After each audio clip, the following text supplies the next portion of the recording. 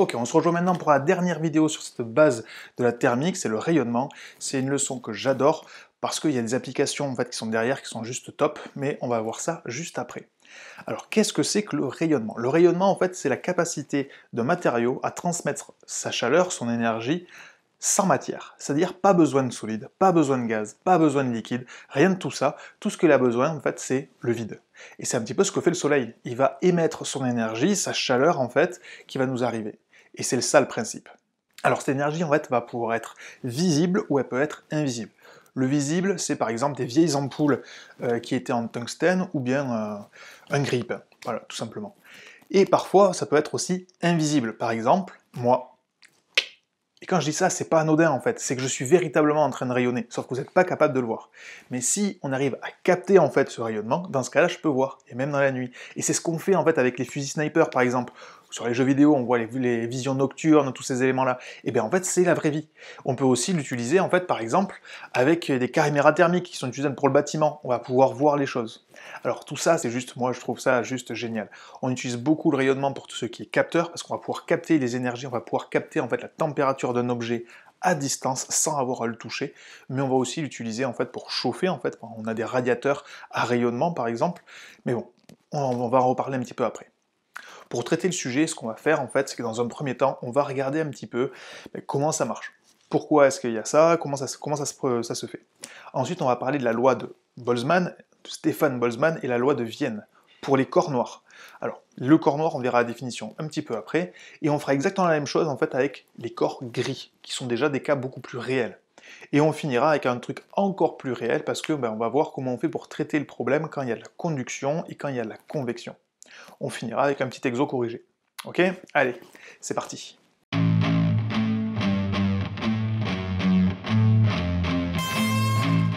Alors, on va parler, comme pour la conduction et la convection, on va parler de flux thermique. On en a petit phi ou grand phi.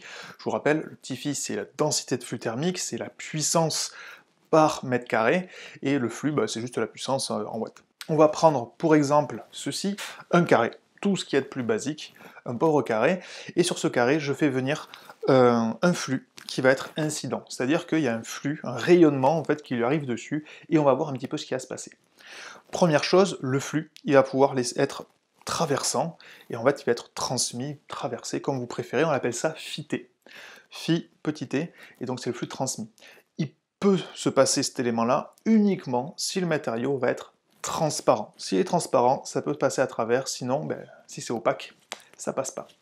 Le flux peut être aussi réfléchi.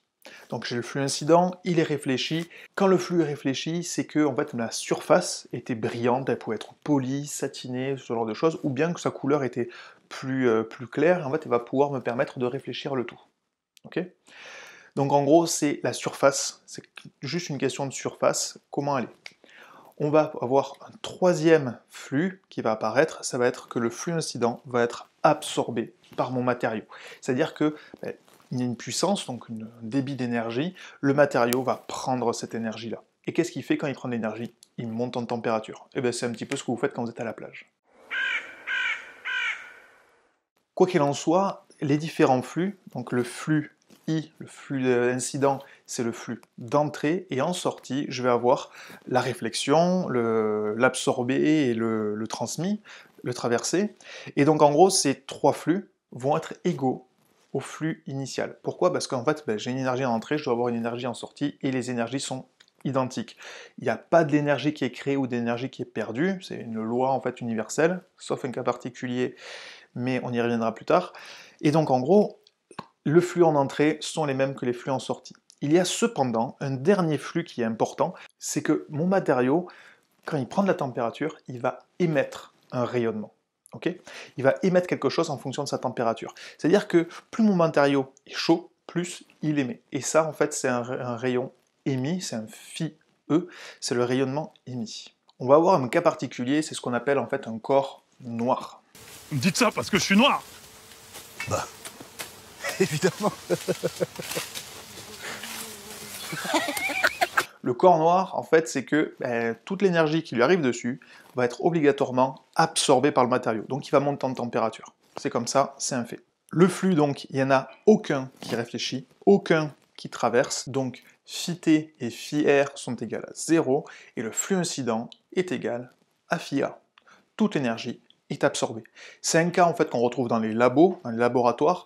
Dans la nature, on ne trouvera pas un matériau qui est totalement absorbant, ça n'existe pas, c'est pas possible. Mais c'est un super bon cas en fait pour débuter, parce qu'il est beaucoup plus simple. Et on va pouvoir le voir avec la loi de Boltzmann et la loi de Vienne.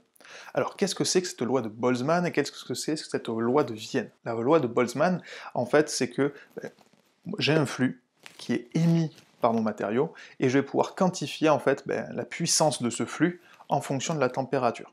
Okay, donc en gros, la loi de Boltzmann, c'est pour connaître quelle puissance est dégagée par mon matériau. La loi de Vienne, lui, par contre, c'est un peu différent, c'est que lui, c'est quelle longueur d'onde est envoyée en fonction de la température. Autrement dit, c'est est-ce que ce sera visible ou est-ce que ce sera invisible? Comment ça se propage? On va voir ça de suite. La loi de Boltzmann, on va être ici. Cette loi de Boltzmann, finalement, qu'est-ce que c'est? C'est que phi, le flux qui est émis, est égal à sigma fois la température au carré. Sigma, c'est la constante de Boltzmann, elle vaut toujours la même chose, 5,68 10-8 de mémoire, ça vaut toujours ça. La température est forcément en Kelvin, ok? Et le flux, bon, c'est watts par mètre carré.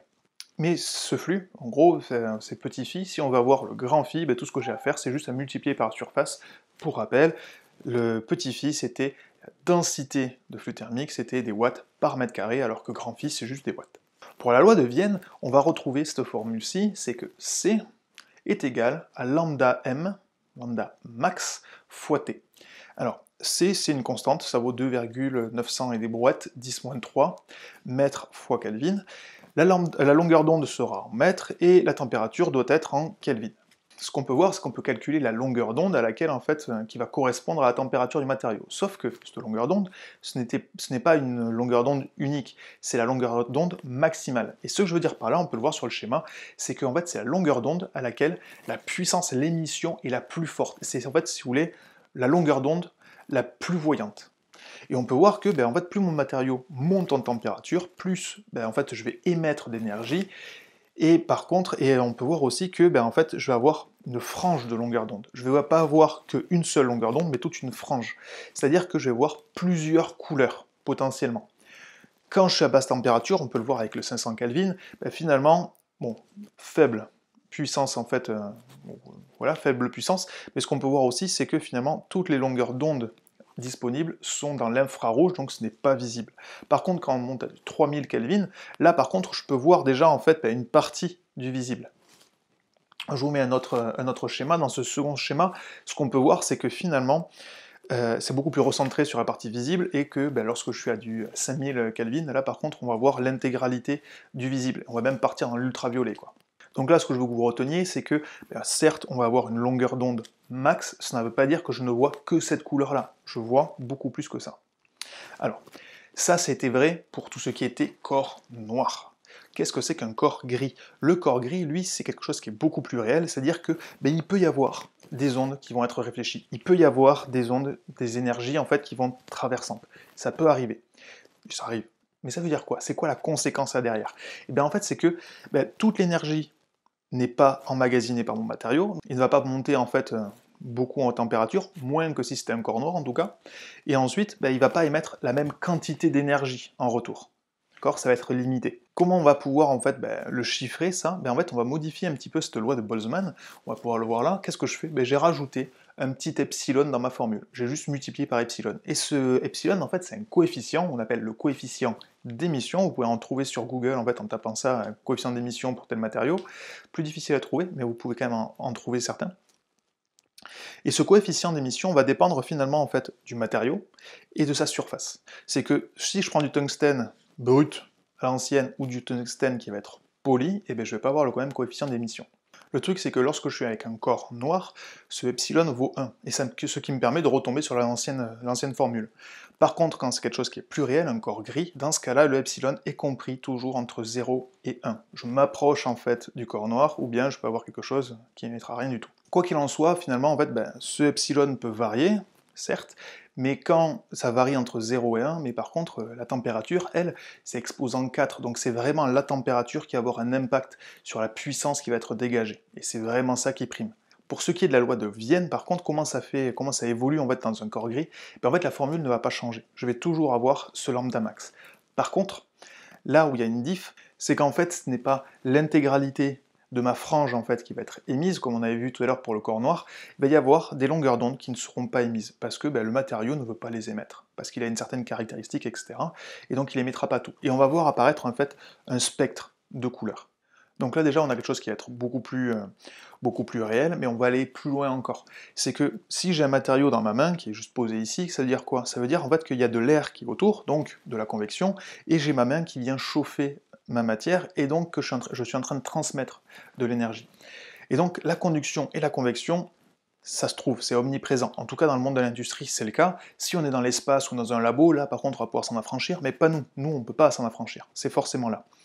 Et donc là en fait, comment je fais pour traiter en fait ces trois cas différents et qu'est-ce que ça change? Ce qu'on a dit tout à l'heure, c'est que en fait, le rayonnement se faisait sans matière. Donc en fait, il n'est pas perturbé par le vent qui est autour de moi, il n'est pas perturbé en fait par la matière, il arrive, il arrive.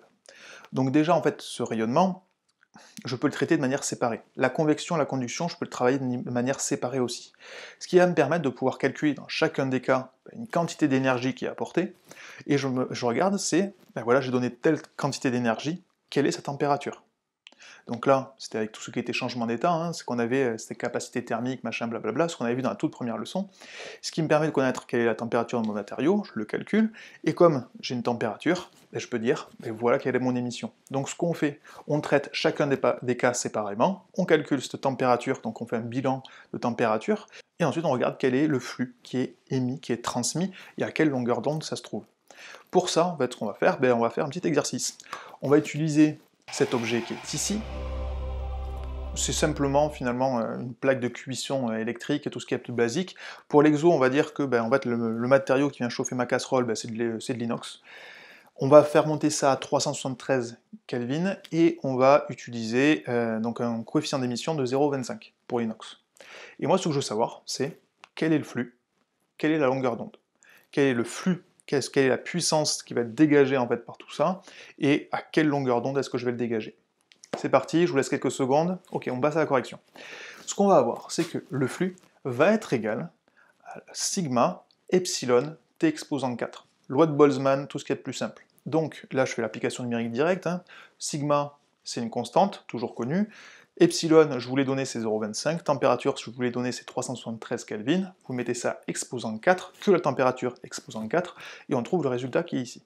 Du coup, application numérique et tout ce qui est plus simple, ça va très vite. On va ensuite avoir la loi de Vienne. Pour la loi de Vienne, C qui va être égal à lambda T. Ce lambda va être donc égal à C divisé par T. On fait l'application numérique, on trouve la valeur qui est donnée. On peut se dire que du coup, je suis très très loin de pouvoir voir quelque chose. Je ne suis pas en fait dans le visible. Et du coup, c'est pas grave, c'est comme on l'avait vu dans le tableau, hein. Moins de 500 Kelvin, on va pas voir grand chose. Et bien là, on va pas voir grand chose. Par contre, ce n'est pas juste le lambda qu'on a calculé qui est visible, c'est bien sûr toute la frange. Mais là, on est vraiment trop bas, on verra rien. Voilà, c'est un petit exercice, tout ce qui est de plus simple en fait pour le calculer. Petite remarque, c'est que généralement le rayonnement, en fait, on dégage moins d'énergie en rayonnement qu'on peut le faire en conduction ou en convection, où là on a une vraie maîtrise en fait de tout ça, et on va pouvoir transporter beaucoup plus d'énergie finalement.